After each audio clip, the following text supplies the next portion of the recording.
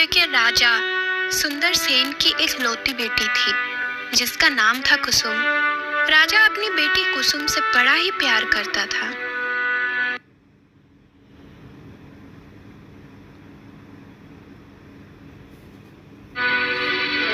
राजकुमारी कुसुम बहुत ही सुंदर और समझदार थी।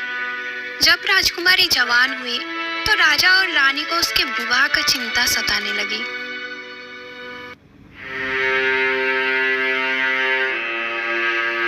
एक दिन राजकुमारी के लिए दो राजकुमारों के रिश्ते भी आ गए।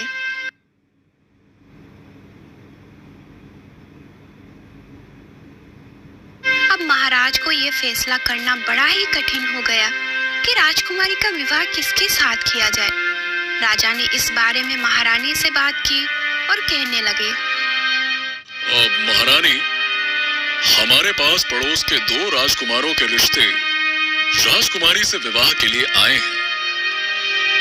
मैं समझ नहीं पा रहा हूँ कि किसको चुनूं, क्योंकि दोनों ही राजकुमार बहुत ही योग्य हैं और दोनों ही राज्यों के साथ हमारे रिश्ते बड़े ही महत्वपूर्ण हैं। तो ऐसे में किसी एक राजकुमार को चुनना मेरे लिए बड़ा ही मुश्किल हो रहा है। आपकी इस बारे में क्या राय है? महाराज, मैं आपकी मुश्किल को समझ सकती हूँ, परंतु सच मानिए मुझे भी समझ में नहीं आता कि राजकुमारी का रिश्ता किस राजघराने से जोड़ा जाए। इस तरह से वो दोनों काफी देर तक विचार विमर्श करते रहे और अंत में वो किसी नतीजे पर भी नहीं पहुंचे, जिससे कि इस समस्या का कोई भी हल नहीं निकल सका। दूसरी तरफ जो रिश्ते राजकुमारी के लिए आए थे वो दोनों ही पड़ोस के राज्य के राजकुमारों के थे, जिनमें एक राजकुमार का नाम दुष्यंत और दूसरे का नाम प्रद्युम्न था। उनमें से राजकुमार दुष्यंत बहुत ही अक्लमंद और देखने में बहुत ही सुंदर था, जबकि दूसरा राजकुमार जिसका नाम प्रद्युम्न था वो ना तो नेक था, ना बहादुर और ना ही अक्लमंद। उसने मन ही मन में ये योजना बना रखी थी कि राजकुमारी से वो एक बार शादी कर ले, उसके बाद वो षड्यंत्र रचकर राजा के राज सिंहासन पर कब्जा कर लेगा।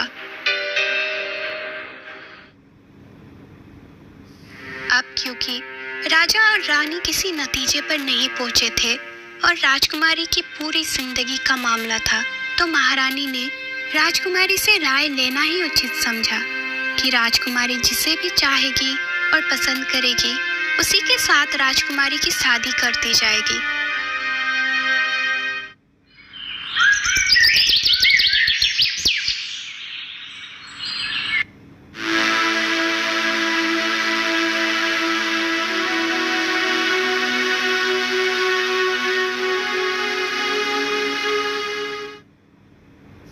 बेटी, जैसे कि तुम जानती हो, हम तुम्हारे लिए एक योग्य लड़की की तलाश कर रहे हैं। इस सिलसिले में हमारे पास दो पड़ोसी राज्यों के राजकुमारों के रिश्ते आए हैं। दोनों ही राजकुमार बहुत ही योग्य और सुंदर हैं, साथ ही तुमसे शादी करने की इच्छा रखते हैं। मैं और तुम्हारे पिता ने काफी विचार विमर्श किया। हम इस नतीजे पर पहुंचे हैं कि जिस भी राजकुमार को तुम चुनोगी उसके साथ ही तुम्हारी शादी की जाएगी। तो आप तुम बताओ कि तुम्हें कौन सा राजकुमार पसंद है? माँ, आपने और पिताजी ने मेरी परवरिश इस तरह से की है कि मैं माता पिता के निर्णय को ही सबसे बेहतर मानती हूँ। आप जहाँ भी कहोगी और जिससे भी कहोगी मैं शादी कर लूँगी।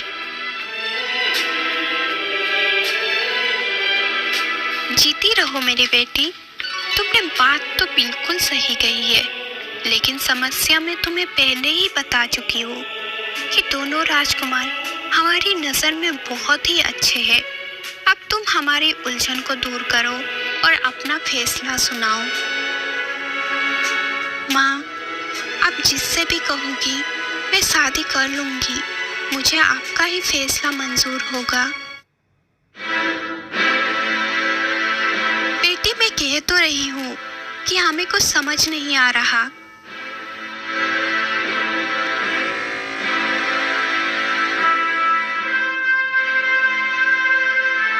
ठीक है माँ, मैं उस राजकुमार से शादी करूंगी जो मेरी 3 शर्तें पूरी करेगा।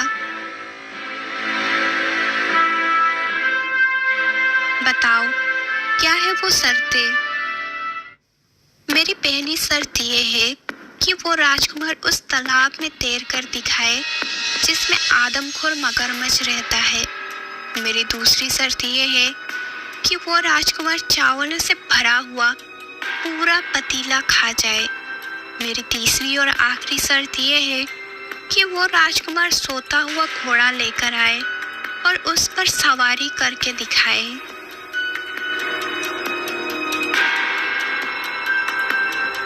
बेटी, इसका मतलब ये है कि तुम कभी शादी नहीं करोगी, क्योंकि कोई भी राजकुमार तुम्हारी ये अजीबोगरीब शर्तें पूरी नहीं कर सकता। तुम्हें पता है कि तालाब का आदमखोर मगरमच्छ कितना बड़ा और कितना खतरनाक है।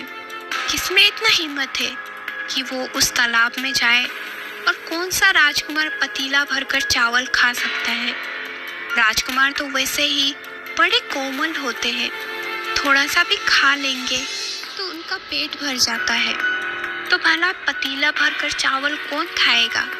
और सोए हुए घोड़े पर भला कौन सवारी करके दिखाएगा? घोड़ा सोएगा या भागेगा? रानी की बातें सुनकर राजकुमारी अभी भी मुस्कुरा रही थी।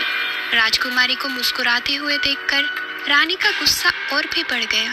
वो पैर पटकते हुए कमरे से बाहर चली गई और सीधा राजा के कक्ष में गई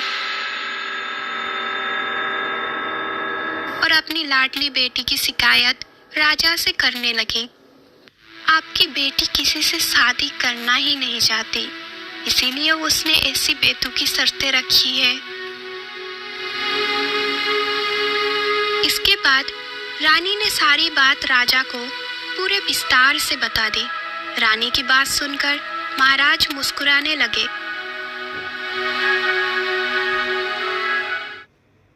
रानी, आप भूल गई कि आपने भी तो शादी के लिए 3 शर्तें रखी थी। बहुत सारे राजकुमार उन शर्तों को पूरा करने में सफल नहीं हो पाए थे, मगर उन शर्तों को हमने पूरा किया था। महारानी को पुरानी बातें याद आ गई। उन्हें सोचकर वो मुस्कुराने लगी और बोली, मेरी माँ ने मेरी शादी अपने सखी के एक बेटे से करवाना चाहती थी, जो लड़का मुझे बिल्कुल भी पसंद नहीं था। इसीलिए मैंने वो शर्तें रखी थी। फिर भी मेरी शर्तें ऐसी थी जिसमें हिम्मत और बहादुरी की जरूरत थी, जैसे आदमखोर शेर को तलवार से मारना, जिस शेर ने हमारे राज्य में कई इंसानों को अपना भोजन बना लिया था।